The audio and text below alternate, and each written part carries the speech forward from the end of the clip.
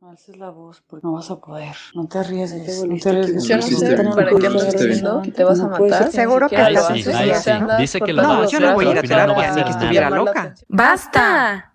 Es momento de abrir nuestra mente y cerrar nuestros estigmas. Y preguntarte, ¿cómo te sientes con eso?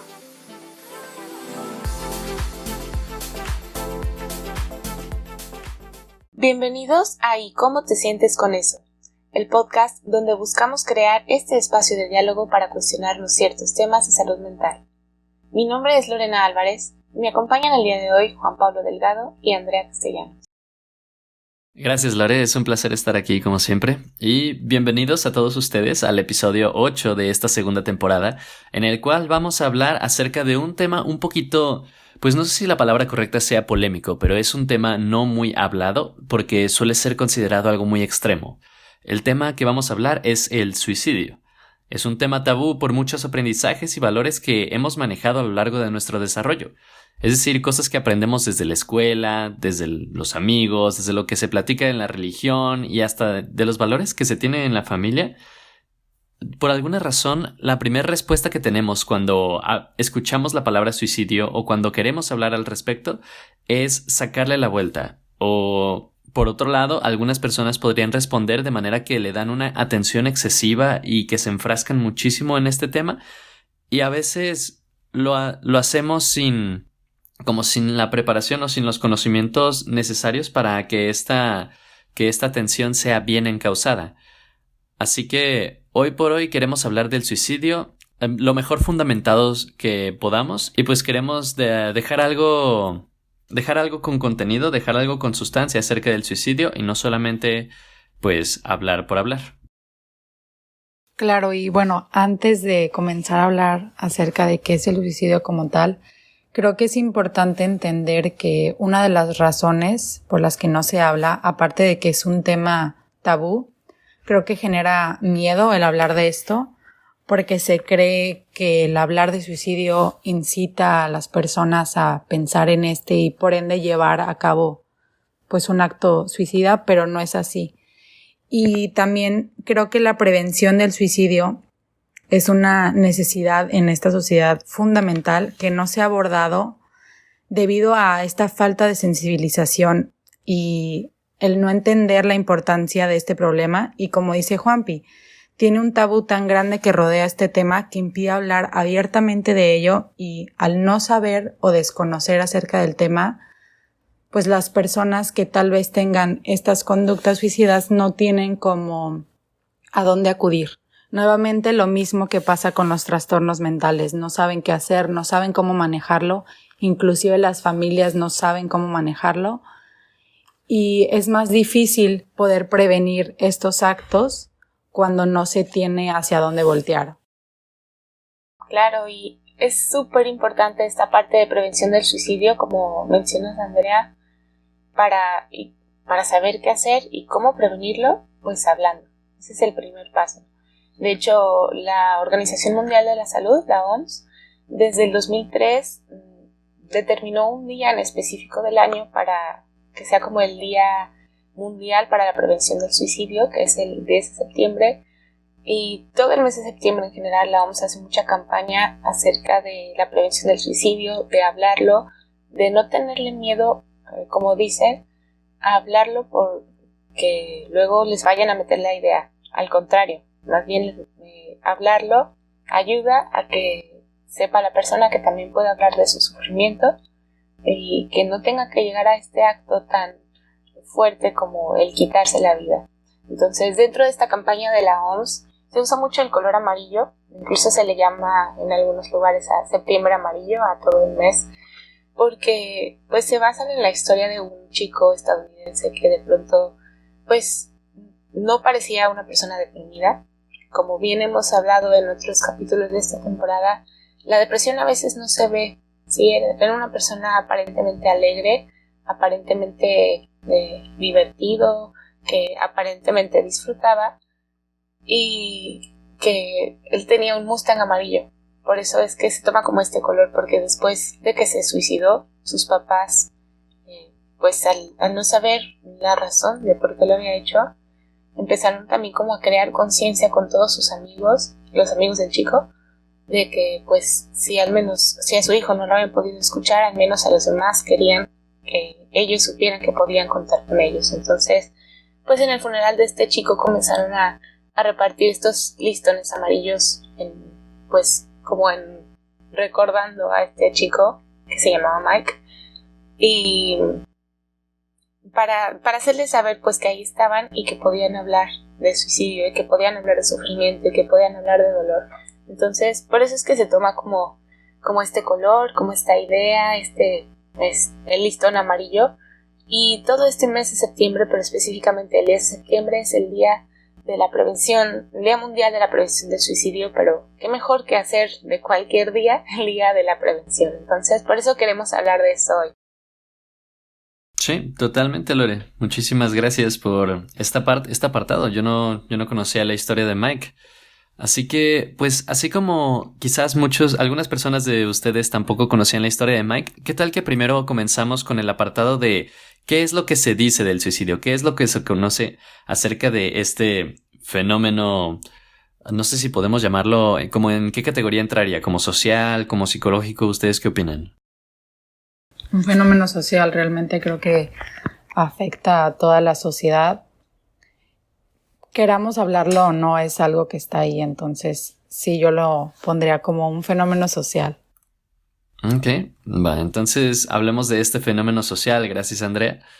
Y pues primero que nada, ¿qué es lo que se dice de este apartado? Algunas opiniones, pues, populares, sin embargo, quizás no siempre correctas, podrían ser que el suicidio es una vía de escape o un método de huir de algo, una salida fácil por alguna situación que estuviera viviendo la persona en esos momentos. Es decir, se llega a pensar que la persona no quiere vivir por el hecho, bueno, más que dejar de vivir, se cree que la persona no quiere existir debido a que su existencia le trae sufrimiento. Y este sufrimiento puede venir de muchos lugares. Por ejemplo, puede ser que haya vivido un evento estresante, un evento que le rebasa sus herramientas y sus capacidades de adaptación acerca de pues de cómo manejar lo que le hizo sentir ese evento. O incluso puede ser una red de situaciones que lo llevó a pensar acerca de sí mismo, del futuro y del mundo que lo rodea, que ya no había esperanza, que ya no había nada por lo cual seguir viviendo. También se puede llegar a considerar que el suicidio es un acto desesperado e incluso, pues, al final de cuentas, quitándole todo el estigma posible, se puede llegar a considerar como la solución de un problema. Es decir, no todas las soluciones tienen que ser como provechosas o que el resultado sea el más positivo posible.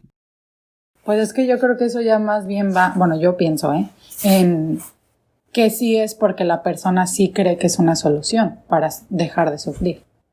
Pero la sociedad no cree que es una solución, la sociedad cree que es algo cobarde, cree que es una escapatoria. Ya. O al menos así yo lo entiendo.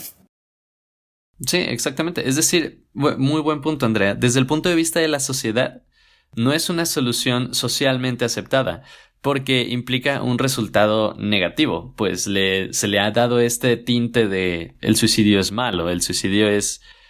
se le ha dado este tinte de que no ayuda a la sociedad y que es incómodo incluso el saber de este tipo de cosas, por lo cual, pues, es uno de los aprendizajes que hemos tenido. El suicidio no es aceptable, el suicidio no es una solución aceptable. Y sin embargo pareciera que hemos generalizado el concepto de que al nivel que es tan no aceptable que ni siquiera le damos la atención necesaria, no lo volteamos a ver, ni siquiera queremos hablar de eso por lo incómodo que nos hace sentir. Esto es una de las tantas creencias que se tiene acerca del suicidio. Por ejemplo, una más de las que podemos mencionar es que por lo mismo que no se habla mucho y que se les suele sacar la vuelta a este tema, es que las personas a grandes rasgos podrían considerar que no es un fenómeno tan común, porque no se escucha. En ese caso, pues, por ejemplo, las personas no no sé a una persona en la calle, si le preguntáramos a una persona en la calle, no sé cuál sería su respuesta si, por ejemplo, a una persona random, a una persona aleatoria que eligiéramos, que no está en contacto con este tipo de información a menudo, no sé qué tipo de respuesta nos daría acerca de la estadística, por ejemplo, de la tasa de suicidios a nivel mundial. No sé si tú, Lore, ¿qué nos podrías decir acerca de la tasa de las estadísticas de este fenómeno? Sí, yo creo que, como dices, porque no se habla, a veces creemos que no es algo muy común. O creemos que es algo que no le pasaría a alguien de nuestros cercanos. O que los que conocemos, o nuestros amigos o familiares, nunca han pasado por esto, pero realmente las estadísticas nos dicen otra cosa. Por ejemplo, la OMS nos dice que aproximadamente 800,000 personas se suicidan al año. Y por cada suicidio consumado, hay otras 12 personas que lo intentan. ¿Sí? Entonces, esto quiere decir que el suicidio está en la mente de las personas. Aunque no lo hablan, aunque no lo hablamos, hay gente que lo está pensando, que lo está intentando y que lo está realizando. Entonces, normalmente el grupo de población que tiene más riesgo para esta situación del suicidio son los adolescentes o jóvenes entre 15 y 29 años. Sí, son en los que mayormente se presenta esta problemática, pero también el segundo grupo son las personas entre 40 y 50 años. Entonces, con esto podemos pensar que ahora sí a cualquier persona le puede pasar. Normalmente en la sociedad, hablando de cómo se ve o qué dice la gente o cómo lo vemos desde la sociedad, a veces erróneamente, pensamos que solo los chicos son los que pueden vivir esta problemática o que solo los hombres son los que llegan a suicidarse. Pero es que también pasa esto porque al hombre es como de las pocas maneras en las que se les permite expresar las emociones, como también lo hablábamos en otro episodio de este podcast, de esta temporada. Es diferente lo que socialmente se le permite expresar al hombre y a la mujer. Y muchas veces al hombre no se le permite expresar el dolor, el sufrimiento, la tristeza. Por eso es que son los hombres los que llegan a consumar el suicidio en un mayor porcentaje que las mujeres. Además de que usan o suelen usar distintos métodos para el suicidio, dependiendo de si son hombres o son mujeres, también por las creencias sociales, ¿no? Los métodos de las mujeres suelen ser más pasivos, según dicen las estadísticas, pasivos entre comillas. Sé que a lo mejor lo hice con los dedos, pero no me están viendo. Pasivos entre comillas, como el tomar pastillas, como autolesionarse de pequeña manera. Cuando los hombres recurren a métodos más violentos, como el hacerlo con un arma de fuego o con una soga, etc. Entonces, todo esto también pasa, y nos dicen las estadísticas, por cómo la sociedad vamos encasillando a cómo los hombres deben de expresar la emoción o no expresar la emoción, cómo a las mujeres se les permite más, pero no de una manera en la que escuchemos realmente el sufrimiento de esa persona para que podamos prevenir justamente esta problemática. Claro, y creo, Lore, que es muy importante al tú mencionar las edades. Me parece que en esas edades es cuando tenemos estas crisis de identidad, crisis de qué he hecho con mi vida. Por ejemplo, este grupo de 15 a 29 años es cuando estás definiendo quién eres, qué quieres de tu vida, qué vas a hacer de tu vida. Y a veces no es tan sencillo, realmente es algo que te cuestionas y que consideras que tal vez va a ser un determinante para cómo se desarrolle tu vida. Y bueno, ya que estás en los 40, 50 años, es como mirar hacia atrás muchas veces y decir, ¿qué de todo lo que mi yo joven quería hice y qué no hice? Entonces, a veces estos cuestionamientos llevan a las personas a pues no estar contentas con su vida, a como tener un sufrimiento, y que, ojo, no necesariamente el suicidio va a estar relacionado con una crisis de identidad o una crisis de la segunda etapa de tu vida, pero como mencionó Juan Pablo, pueden ser muchas variantes de por qué se da o por qué se llega a este método. Y creo que es importante ahora que tú dices las estadísticas, pues ya vemos que es mucho más común de lo que se piensa, que sí sucede, pero creo que genera incomodidad hablar del tema o genera miedo. Entonces es algo que la sociedad ha estado como empujando para que no se hable, pero sí entender que cuando se habla, más allá de incitar a que alguien realice estos actos, es que logre entender que no está solo, que no es el único que está pasando por estos momentos difíciles, y también como entender que estoy sufriendo, no es que no quiera vivir, y me es más fácil, o no más fácil, sino que me resulta la única salida este método, porque no sé cómo deshacerme de mi sufrimiento. Y la gente dice, bueno, es que quieren llamar la atención. No sé si dijimos esto en esta parte de que dice la gente, pero dicen, es que quiere llamar la atención. Sí quiere llamar la atención, pero en el sentido de que no puede solo. Es como si alguien se está ahogando en el mar y lo ves levantar la mano y dices, es que quiere llamar la atención. Pues claro, se está ahogando, no puede solo, necesita un salvavidas que lo ayude. Y más si no sabe nadar.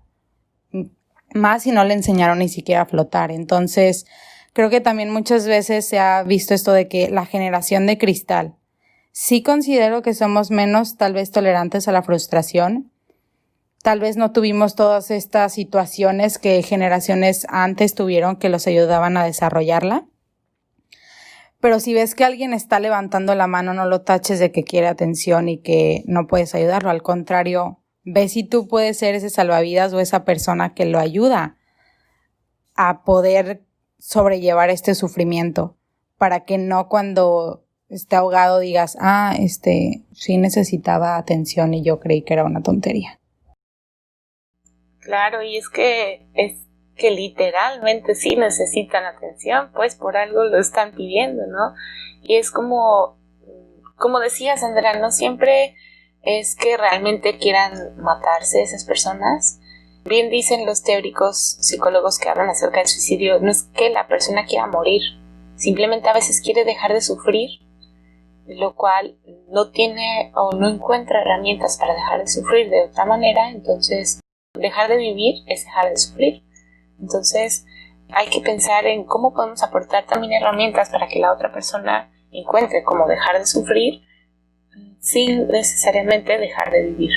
Y es que eso es el suicidio. Es un sufrimiento que rebasa a la persona, el cual a veces ni siquiera alcanza a ponerlo en palabras, y por eso es que lo pone en el cuerpo, ¿sí? Muchas veces se pone el sufrimiento en el cuerpo de alguna manera, con algún accidente, con alguna enfermedad, pero el mayor acto de poner el sufrimiento en el cuerpo es el suicidio, y para acabar con ese sufrimiento se acaba con el cuerpo. Entonces, por eso es la importancia de hablarlo, para que encontremos otras maneras de afrontar el sufrimiento, pues de trabajarlo, de disminuirlo de otras maneras sin necesidad de atacar al cuerpo.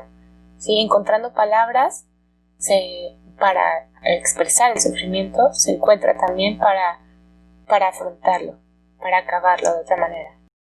Uh-huh. Sí, totalmente. Me parece muy atinada la información que están dando que han dado tanto Lorena como Andrea.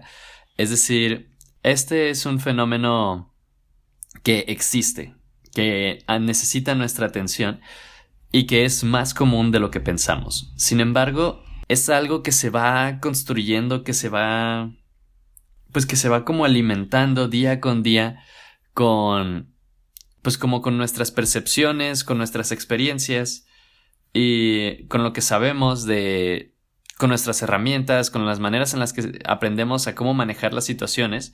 Entonces, por ejemplo, el proceso por el que se suele llegar al pensamiento de intento y suicidio consumado es algo gradual. Por ejemplo, primero se inicia con el deseo.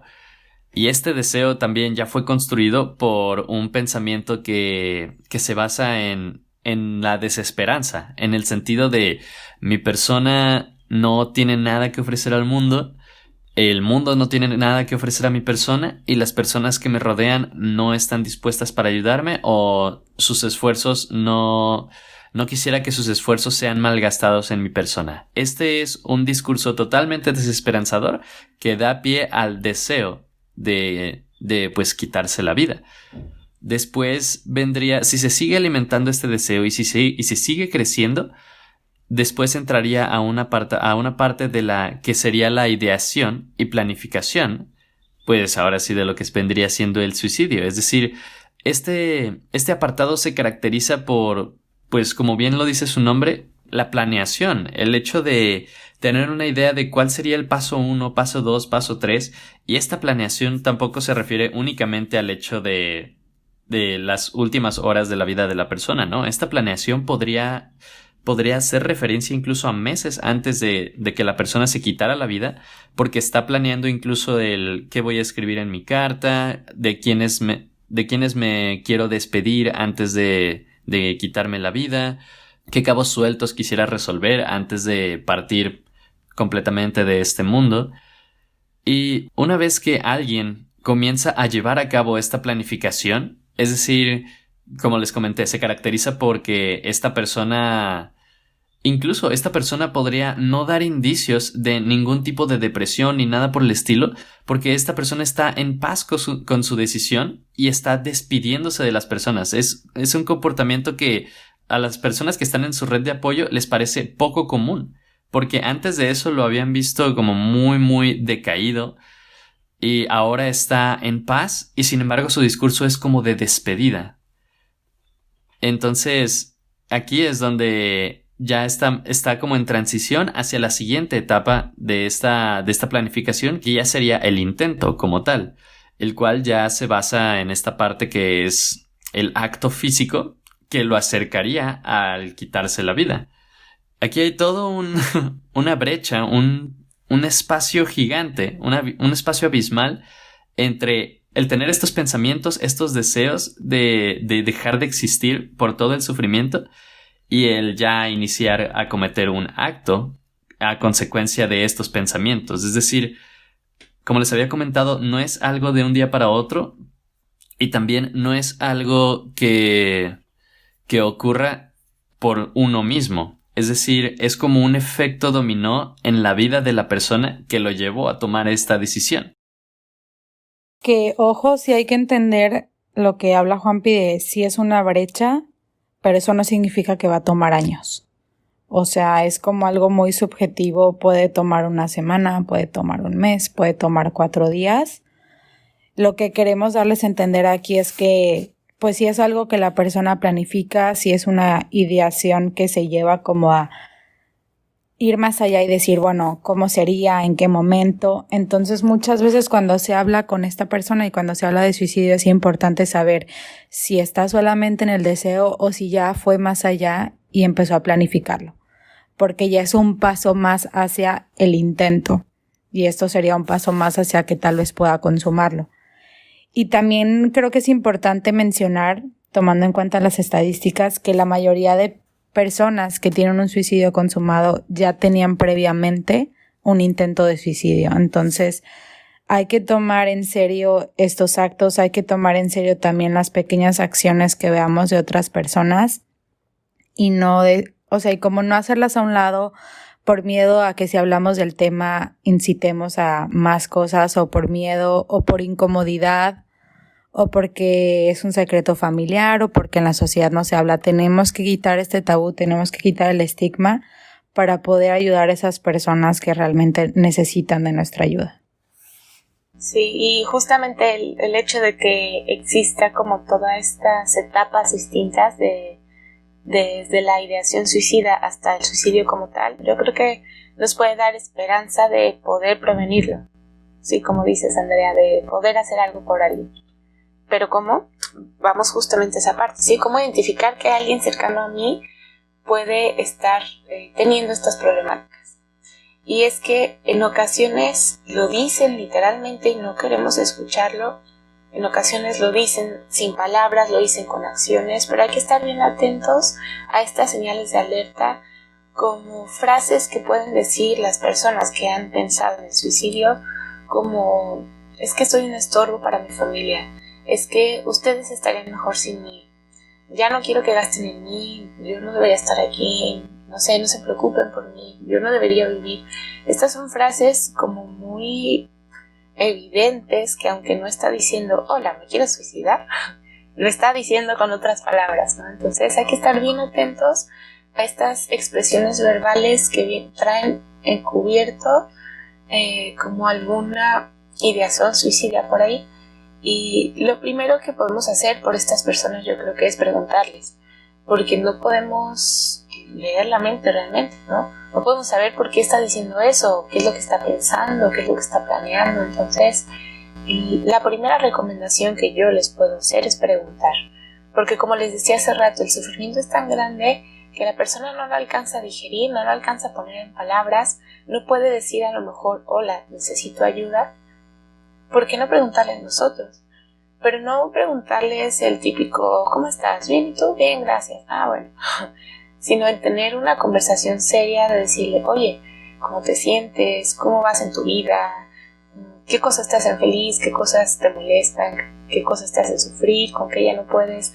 Para generar esta conversación real de interés por la otra persona, de qué está sintiendo, qué está pensando, y poder alcanzar a identificar si estas frases son un decir, si las está repitiendo por haberlas visto en una película o en algún amigo, o si porque realmente es una expresión verbal de prevención, o sea, en la que se puede prevenir el suicidio.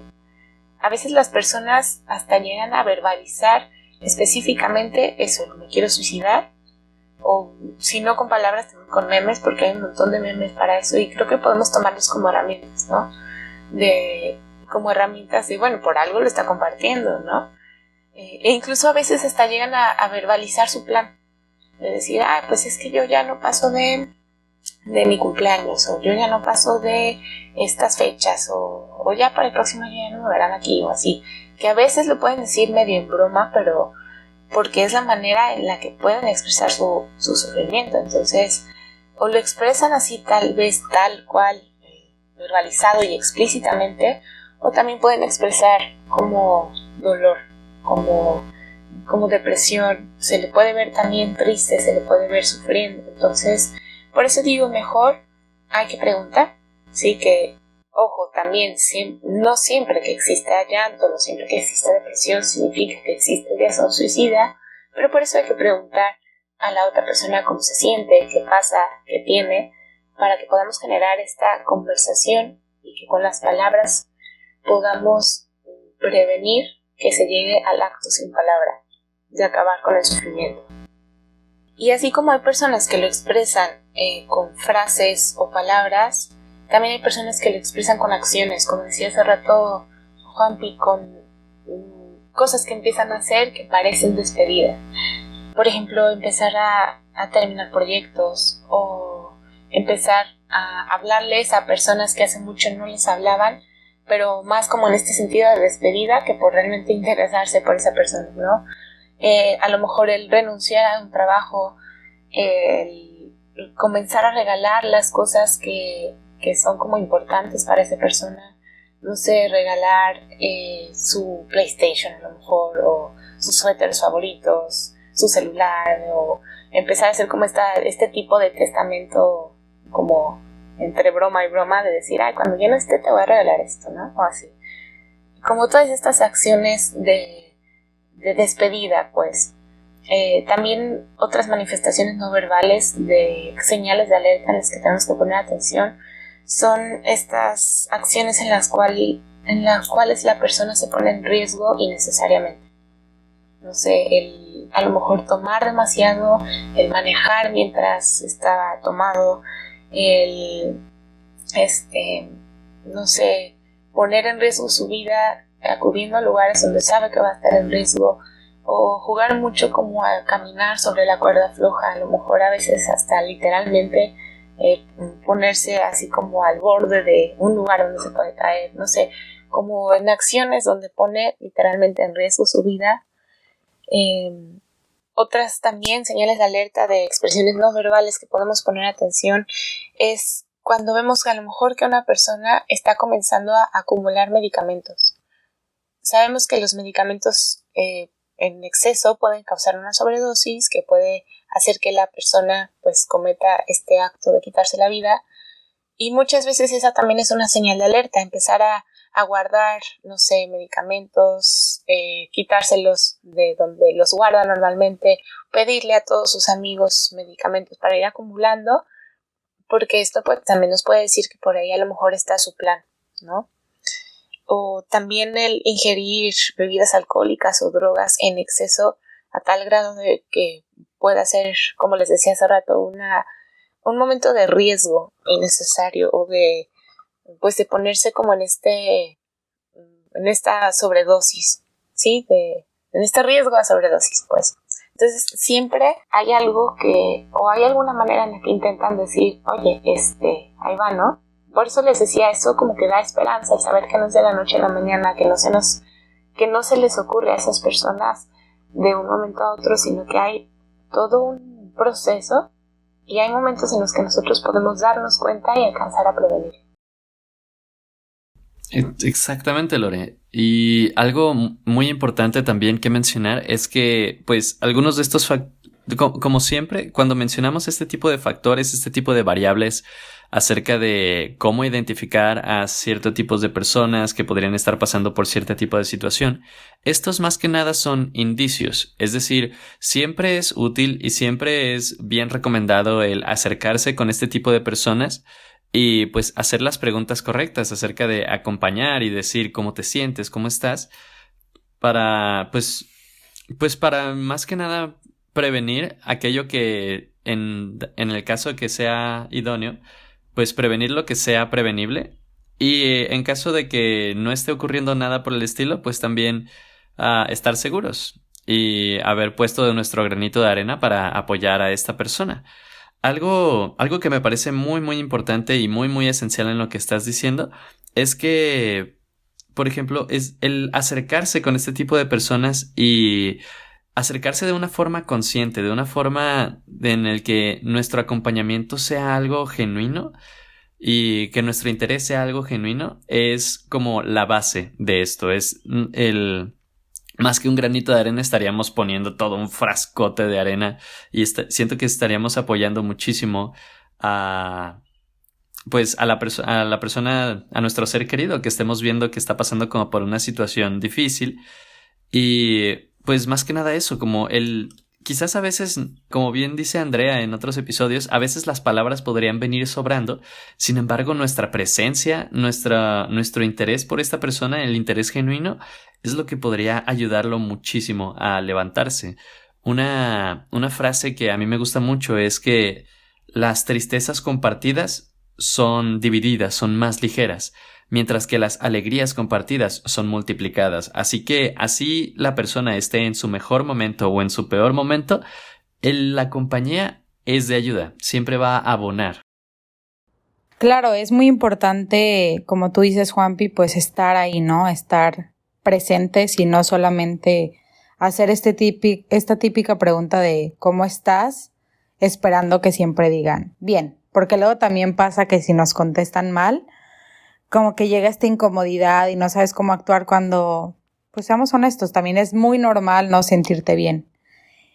Pero sí es importante también mencionar que eso es lo que tal vez nosotros, o más bien no tal vez, eso es lo que nosotros podemos hacer para ayudar a esta persona, pero cuando sabemos que ya está con este deseo, con esta ideación suicida, sí es importante acudir a una persona, un profesional de la salud, que realmente pueda ayudarlo y tenga las estrategias para que esta persona pueda salir adelante, porque nosotros podemos abonar a que este sufrimiento no sea tan fuerte o tan grave, pero no es lo mismo ir con tu mamá y que te ponga una curita porque te abriste el pie a que vayas con un doctor a que te ponga o que te haga las puntadas que necesitas. Entonces hay que saber hasta dónde podemos ayudar nosotros y que es necesario que una persona vaya con alguien que es profesional.